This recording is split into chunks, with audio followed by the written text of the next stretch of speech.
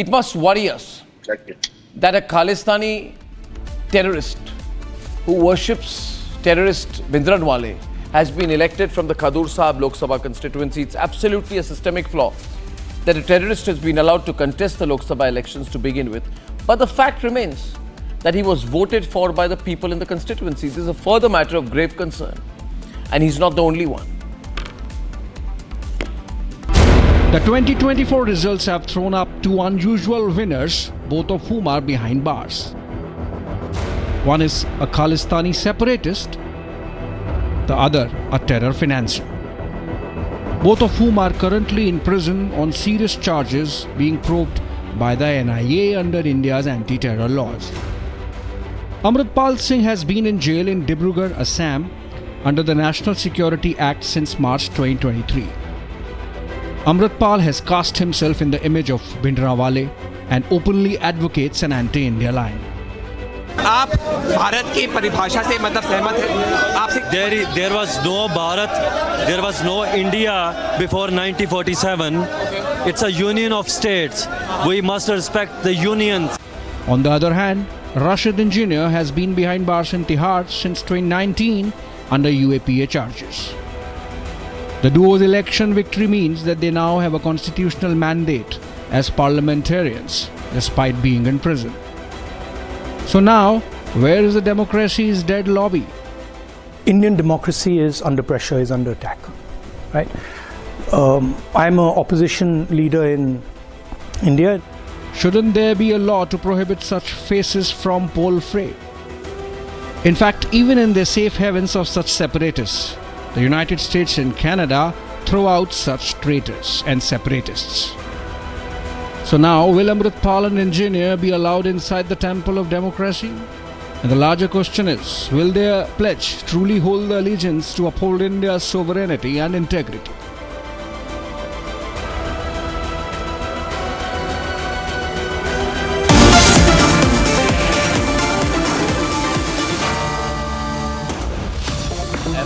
Is with us this evening, and my first question is to General Bakshi. General Bakshi, this matter has not gone deeply analysed in the course of the election results, but we have two people who have been elected to the Lok Sabha. One is called Amritpal. He's an absolute out-and-out terrorist. He was building a private army. He was on the run. He supports Bhindranwale. Many people see him as the new Bhindranwale. He's presently in Dibrugarh jail under the National Security Act. Entire army, paramilitary forces had to have a manhunt to arrest this man when he went absconding. He has a suspicious background. He came from Dubai. He is funded externally. And he does not recognize India, that is Bharat. He said there is no such country. And it is right of me to pick up arms and build an army to wage war on India. Now this man goes to jail, opportunistically fights an election and gets elected. How big a threat is that, General Bakshi?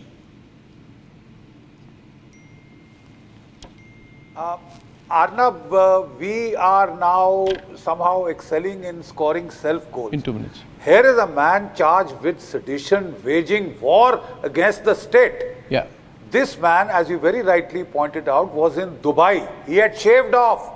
He had cut his hair, which is against the tenets of the faith. He was picked up by the ISI for his resemblance with Bhindranwale, Jarnail Singh Bhindranwale. He was picked up, trained, parachuted into the Punjab, and overnight he becomes a saint asking for the banning of drugs. He picks up a very popular touchy subject in Punjab, the banning of drugs, the war against drugs, etc. And suddenly he comes into his true lights, he attacks a police station, and then there is the charade of a manhunt for this man for about a month plus. He is dangerous. How can you permit this man to stand for election? That is a cardinal error. We ask him to take oath in that jail. If he does not, he is supposed to take the oath to defend the integrity, sovereignty of India. He does not annul his election straight away. It is very easy to influence elections, Arnab.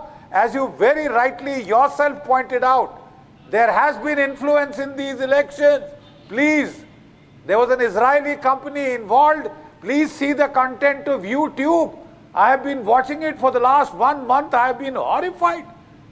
See the way bulk, messaging was being done.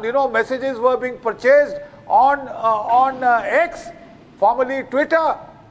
You think it is not easy to get this kind of a man elected with this kind of a backdrop of interference? You are trying to give legitimacy to a terrorist.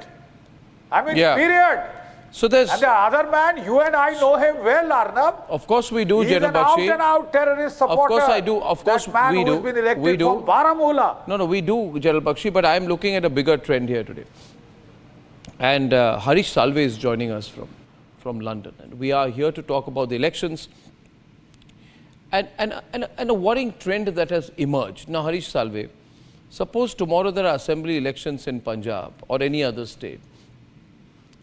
And if those who support terrorism and are supporters of Bhindranwale get elected either as independents or members of a political party and take over the state, then they can also take over the security forces, the police apparatus and everything around the state.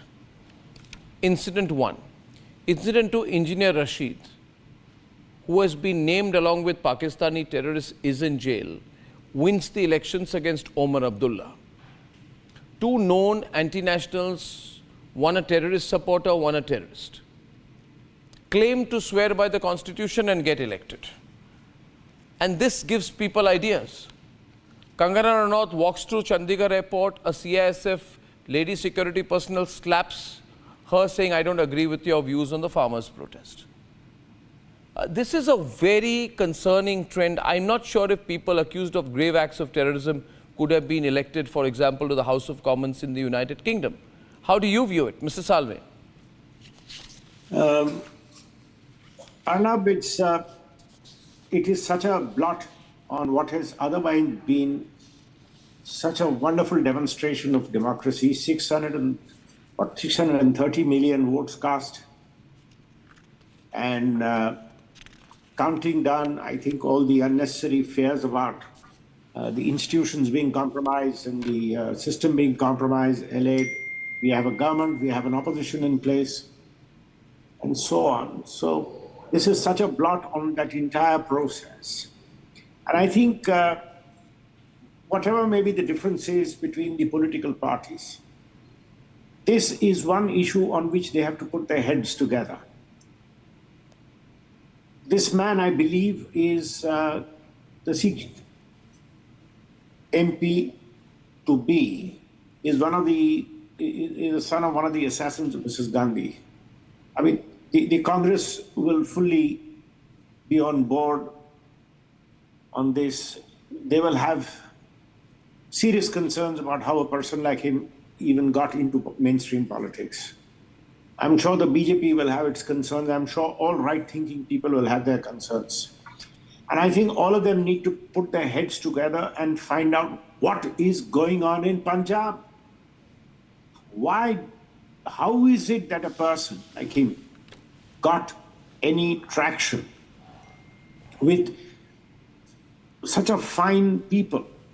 And this is what happens. And I'm sorry, I don't like taking political positions. But my position on the farm laws was very clear.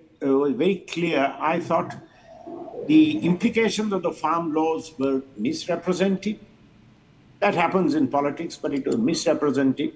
But the trouble is when you whip up a frenzy, the poor farmers of Punjab feel alienated. And that has very unfortunately reflected itself on that unfortunate incident with our new young MP. So I think all these political parties, now that the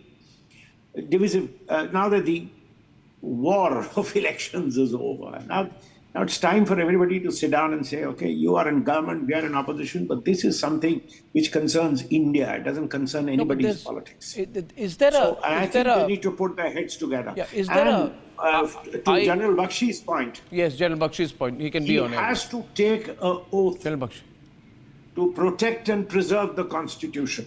And if he doesn't take that oath, he is not an MP. He is only an MP elect. So you don't need to annul his election. He is No, but only an that's MP elect. okay. So General Bakshi is on air, please. Can I put him on air? To General Bakshi's point that he must take an oath. He has to take an oath, otherwise he's What if he's only an MP elect. he's not a normal person? He's a terrorist. He'll say, okay, I'll take the oath and then I'll do what I want. I'll take the oath to enter. I'll fabricate allegiance to the Constitution. We can't be so gullible. You know, the trouble is with the framers of our Constitution. I mean, a lot of people say the Constitution allows the trouble is, did you think Baba Sahib Ambedkar ever thought that A, there would be terrorism, and B, a terrorist would win elections? Precisely, that's the point. So I want to. Political parties have to put their heads together. No, but I want to follow up to this. General Bakshi is responding to you, Harish Salve. And General Bakshi, I'm not a conspiracy theorist, but let me tell you, between both of you distinguished gentlemen, my concern is, is there a foreign hand, foreign interference? The OpenAI, ChatGPT found out. This time there was such open interference in the elections, in creating a social media campaign and funding. Is it accidental that we have that and it's always anti-BJP and pro all those who are anti-BJP, point one. Number two, the kind of people who have won, who gave Amritpal the idea and the funding to contest from Khadoor Sahib? Who gave Abdul Rashid, Engineer Rashid, who told him to contest from Baramulla, funded him, planned him? The man is charged in terror funding. Who gave Sarabjeet Singh Khalsa the funding, the support to fight from Faridkot? And General Bakshi, this man, Sarabjeet, everywhere he went around reminding people, don't forget, my father assassinated Indira Gandhi. You know, so we are encouraging a very dangerous, we are allowing our democracy to be used to destroy our nation. These are the limits of democracy. I think we must change the laws, General Bakshi. What do you think of what Harish Salve just said, General Bakshi? You were responding to him. No, absolutely. Arnab, with the greatest of respect and deference, I'd like to state, I had served in Punjab during the worst phase of terrorism. From 85 to 87, I was commanding a Sikh company in Punjab, fighting counter-terrorist operations. I have seen the nightmare the people of Punjab faced. Yeah. For God's sake, we are from the Punjab ourselves. Yeah. You know, so we know, we have seen that nightmare with our own eyes. Do the people of Punjab, they want to be led back into that same nightmare? You know, drugs. This man is waging a campaign against drugs. He is sent by the ISI. The ISI is sending quadcopters across the fence with huge consignments of drugs, arms, ammunition, grenades, weapons, explosives every day. Yeah. You know, this K2 plan of the ISI is no secret to revive terrorism in Kashmir and Khalistan. And what better method of giving it legitimacy than this? See it in correlation with what Canada has been doing against you. Even the United States, the way it has been trying to take us to task on alleged, elimination of some of these agents. Do we need to smell the coffee now? We are just to connect the dots. Even the Russian television, RTV, said that there was interference in our elections. No country takes that kindly. Look at the kind of hue and cry that was raised in the United States. General Bakshi, when they felt that their electoral process was being interfered with. Who the hell is George Soros to put $1 billion to unseat Modi? $1 billion to unseat Modi. It is out in the open media. That it is. And is there any then surprise if a particular handle posts some very anti-BJP thing, and by the evening it has got 550,000 views? I can give you an example, Arnab. We can't be innocent lambs. No, we are not. Can I, General Bakshi, on this, go back to Harish Salve? Mr. Salve, my see, point, so what I right. want you to come in on right now, and this has been the number one talking point in the country, and Mr. Salve, I'm not a conspiracy theorist, but I had said, and my video went viral, that these OpenAI ChatGPT founders found that there was a commercial agenda through an Israeli company and money was routed for an anti-BJP agenda. And it was very, very strong funding. A lot of money went into it. Tell me, Mr. Salve, could there be some truth in this? And if there is truth in this, because there are lot of people who would want to slow down the speed of economic and geostrategic decision making in the country. Should we Arnab, not investigate? Let me, first of all, I have only one thing to say to Indian political parties. Always remember, sow the wind, reap the whirlwind. If you blink at all this because it suits a political convenience at a particular point of time, you're laying the foundation for once again dragging into an ugly era, which all of us try hard to forget, the 80s in Punjab and the last 10 years in Kashmir before peace has returned. But I am convinced, and please understand what's going on today in India. The new world order will be based on hydrogen fuel and who can control it. The new world order will be based on who can create energy surpluses consistent with the plan to have zero carbon emissions. The new world order with increased digitalization will depend on who can make the maximum number of chips. And these are three areas which I know from my professional association with corporates, India is making a massive thrust and seeing huge international investments. The balance of power in the world 20 years from now, if India does become the third largest economy, as I'm sure it will, and leading supplies of hydrogen fuel, leading supplies of solar fuel, becoming a big center for manufacture of electrical batteries for cars and scooters, and the big manufacturer of chips, India will become a huge soft power. So is it surprising that people don't want this to happen? This is something which we have to keep looking over our shoulder. We have to protect ourselves. See how America protects itself. Try doing this with America. You would be caught out before you know. United Kingdom. I believe in the United Kingdom, they have almost a football field big area underground where digital chatter is monitored 24/7. This is how countries protect themselves. We have to now do that. We have to invest seriously in our security networks.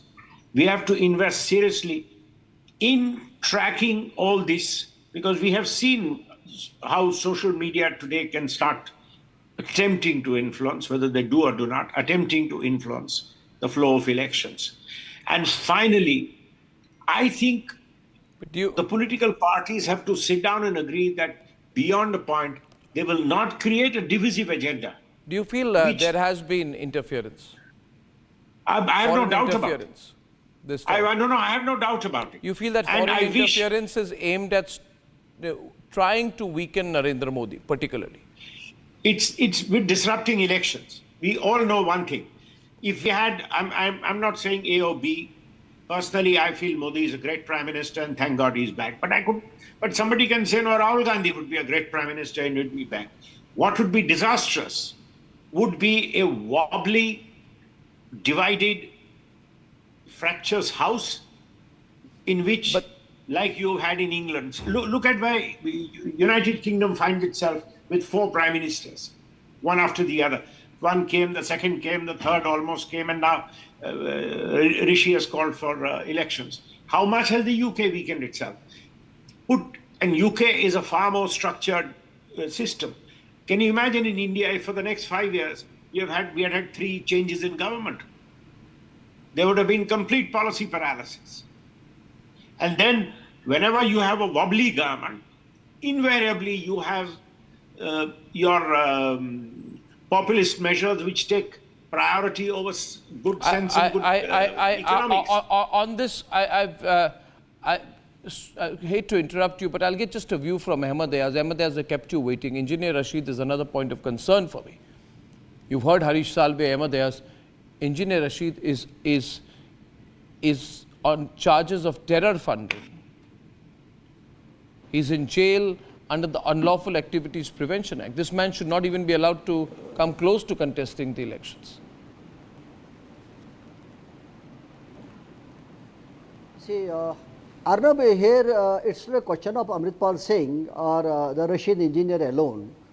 See, there are a lot many people who were said to have connections with the separatists, or they were, they believed in separatism. Once they joined the political parties and came closer to the national mainstream, they were garlanded and welcomed. But here the problem is because they got elected. Had they not got elected, possibly this would not have been discussed. And since they got elected, that's why the questions arise. Otherwise, why should we be pessimistic I'll go back to Harish Salve on that. The question is not about whether they got elected. I oppose their even contesting the elections. So my question to Harish Salve, then we have to change the law. There have to be some charges under which you are not allowed to contest the election. I'm sorry, our democracy cannot be so woke. We can't become a woke country. It doesn't apply today. Sir, today will America allow Al-Qaeda terrorists to fight from jail? So what are you talking about? No.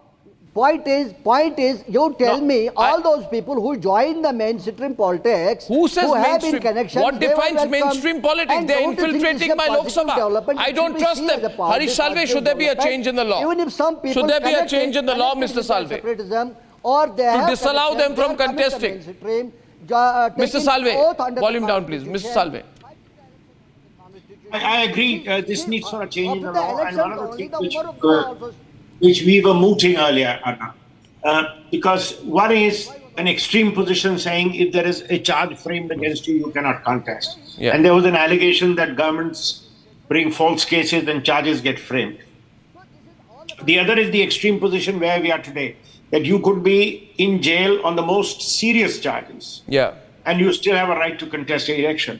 Why can't we think, because we have to find practical solutions, why can't we think of a law under which you classify certain offenses and you say if this person has these charges against him, he will not be allowed to contest unless the High Court grants him permission with an appeal to the Supreme Court.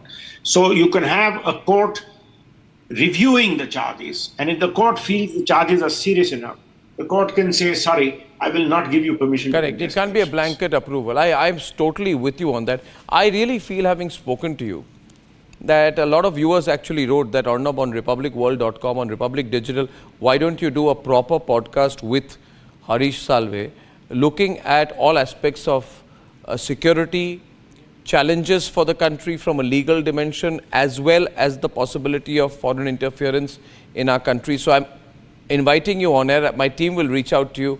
We'd like to do a podcast with you, sir, as soon as possible. I thank you all. This is a matter of great concern. The way I see it, ladies and gentlemen, and Harish Salve put it straight, is that national security is above all else. And freedom of expression, right to have an opinion, these words are thrown around so loosely that rights alone have taken precedence over duty.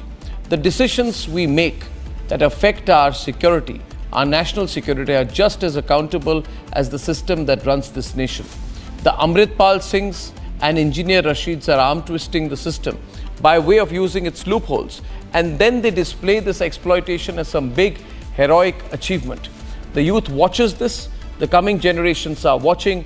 Ladies and gentlemen, if we as voters don't start to question the system as it stands today, then you and I are looking at a future wherein these faces will become normalized in our political landscape.